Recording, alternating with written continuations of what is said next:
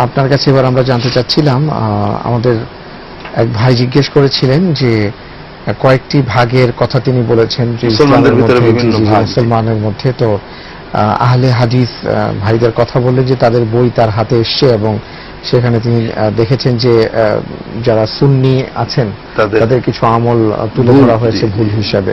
এ ব্যাপারে একটু জানতে চাচ্ছি। জি ভাই, আসলে দুর্ভাগ্য যে আমরা মুসলমানরা দলে দলে বিভক্ত হয়েছি, এটা আল্লাহর গজবের আলামত।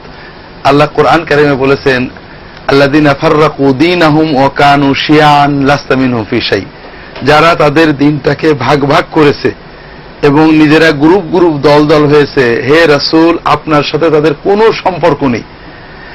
আসলে আমরা সেই পর্যায়ে চলে গেছি। আসলে ইসলামে তো দল একটাই, আমরা মুসলমান, আমরা এক দলের মানুষ, তবে মতভেদ থাকতে পারে। যেমন রাজনৈতিক ভাব আওয়ামী লীগের এক আওয়ামী লীগ, এক বিএনপির লোকের ভিতরে কত মতভেদ আছে, কিন্তু তারা জানে সবাই আমরা আওয়ামী লীগ, আসলে আমরা সবাই বিএনপি। কেন আমরা এটা বুঝি না যে আমরা সবাই মুসলমান, মতভেদ থাকতে পারে? এই পর্যায়ে অন্তত যাওয়া আমাদের খুব দরকার ছিল। দ্বিতীয় কথা যেটা বলছেন আহলে হাদিস ভাইদের ব্যাপারে, আমি যতটুকু জানি তাদের সাথে আমাদের আহলুস সুন্নাত ওয়াল জামাত বলেন, হানাফি বলেন, এদের পার্থক্য কোনো আকীদাই নয়। আহলে হাদিসের ভাইরা হানাফি, শাফি, মালিকি, হাম্বলি সবাই আমরা আহলুস সুন্নাত ওয়াল জামাতের আকীদায় বিশ্বাসী। এবং এ ব্যাপারে ইমাম আবু হানিফা রাহমাতুল্লাহ আলাইহি এবং তার মাযহাবের আকীদা বর্ণনা করে ইমাম তাহাবী রাহমাতুল্লাহ আলাইহি যে আকীদার বই লিখেছেন, হাযা আকীদাতু আহলিস সুন্নাত ওয়াল জামাআহ আলা মাযহাবিল ইমাম আবু হানিফা নাম দিয়ে, আবু হানিফা এবং আবু ইউসুফ মুহাম্মদের মাযহাব অনুসারে আহলুস সুন্নাতের আকীদা। আহলে হাদিস ভাইরা এই আকীদায় বিশ্বাস করেন এবং চার মাযহাবের লোকে এই আকীদায় বিশ্বাস করে। কাজে আমরা সবাই এক, আকীদায় এক, বিশ্বাসে এক। কর্মের ক্ষেত্রে কিছু মতভেদ আছে, সেটা হলো এটা থাকবেই, সাহাবীদের যুগে ছিল। হয়তো আমরা নামাজে রফাদাইন একবার করি, তারা বারবার করেন, হয়তো জোরে আমিন, আস্তে আমিন, এগুলো সাহাবীদের যুগ থেকেই মতভেদ ছিল।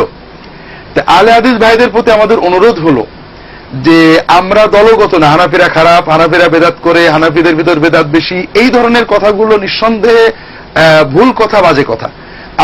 আমাদেরকে একজন বলছে যে হানাফিদের ভিতর বেদাত খুব বেশি সৌদি আরবে।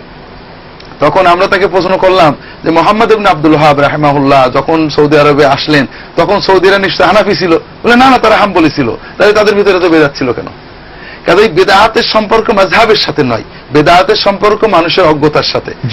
অনেক সময় আমরা মাযহাবের ফিকহি ছোট ছোট বইগুলো বের করে যে এটা বড় করার চেষ্টা করি। যেমন নামাজের ভিতরে 1000 কর্ম রয়েছে সুন্নত, তার ভিতরে খুব বড় জোর 10টা কর্মে ইখতিলাফ আছে। আমরা 999টা কর্মের ভালো দিকটা না দেখে এই ইখতিলাফি বিষয়গুলোকে অতি বড় করি, আর ইখতিলাফগুলো সব মুস্তাহাব পর্যায়ের। এই জন্য যারা সমালোচনা করবেন তাদেরও এ ব্যাপারে আন্তরিক হতে হবে যে আমরা মুসলমান ভাইদের সংশোধন চাই, শত্রুতা দলাদলি চাই না। আবার আমরা যারা নিজেদেরকে হানাফি বলছি অথবা সুন্নি বলছি, আমাদের বুঝতে হবে আমরা সুন্নি মানে কি, রাসূলুল্লাহ সাল্লাল্লাহু আলাইহি ওয়াসাল্লামের সুন্নত চাই। তাহলে রফুল ইয়াদাইন নবীজির সুন্নত, জোরে আমিন বলা নবীজির সুন্নত, অন্যান্য সুন্নত, ঠিক আছে, আরো একটা সুন্নত আছে, তবে এটাও সুন্নত, অগণিত সাহাবী করেছেন। আমরা সুন্নতকে ঘৃণা করার পরে সুন্নি থাকি কি করে? আমরা যদি মনে করি নবীজি যাই করুন না কেন, আবু হানিফা করেনি, কাবে ওটা গৃহীত, ওটা যে করবে সে ঘৃণিত, তাহলে আমরা সুন্নি কি করে হলাম? এই জন্য আমরা অনুরোধ করব, যারা সমালোচনা করছেন, সমালোচনা কর্মের করব, আদবের সাথে করব, মানুষকে আঘাত না করব, এটা বিদআত। অর্থাৎ আমরা যারা আহলে হাদিস, যারা সুন্নি, যারা হানাফি, বিভিন্ন গ্রুপে সবাইকে বলি যে বিষয়ে রাসূলুল্লাহ সাল্লাল্লাহু আলাইহি ওয়াসাল্লামের সময়ে কোনো মতভেদ ছিল না, ঈমান আকীদার বিষয়, সেক্ষেত্রে একটাই থাকতে হয়, দ্বিতীয়টা বের করলে সেটা বিদআত হয়ে যায়। আর যে বিষয়ে রাসূলুল্লাহ সাল্লাল্লাহু আলাইহি ওয়াসাল্লাম সাহাবীদের যুগে কুরুনে সালাসাতে মতভেদ ছিল, ফিকহি বিষয়, এই বিষয়ে মতভেদ থাকাটাই সুন্নত। মতভেদ দূর করে একটা করার চেষ্টাটাই বিদআত। এটা নিয়ে গালাগালি, ঝগড়াঝগড়ি করাটাই বিদআত।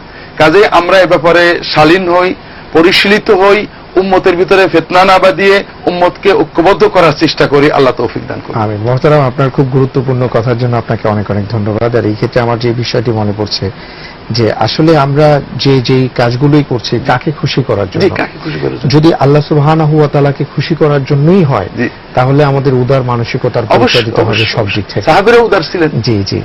তো অনেক ধন্যবাদ মুহতারাম। আমাদের হাতে সময় নেই, আজকে বিদায় নিতে হচ্ছে। আমাদের সামনে যে প্রশ্নটি ছিল আমরা ভবিষ্যতে জানবো ইনশাআল্লাহ তাআলা। আজ এই পর্যন্তই। জাযাকাল্লাহু খাইরান।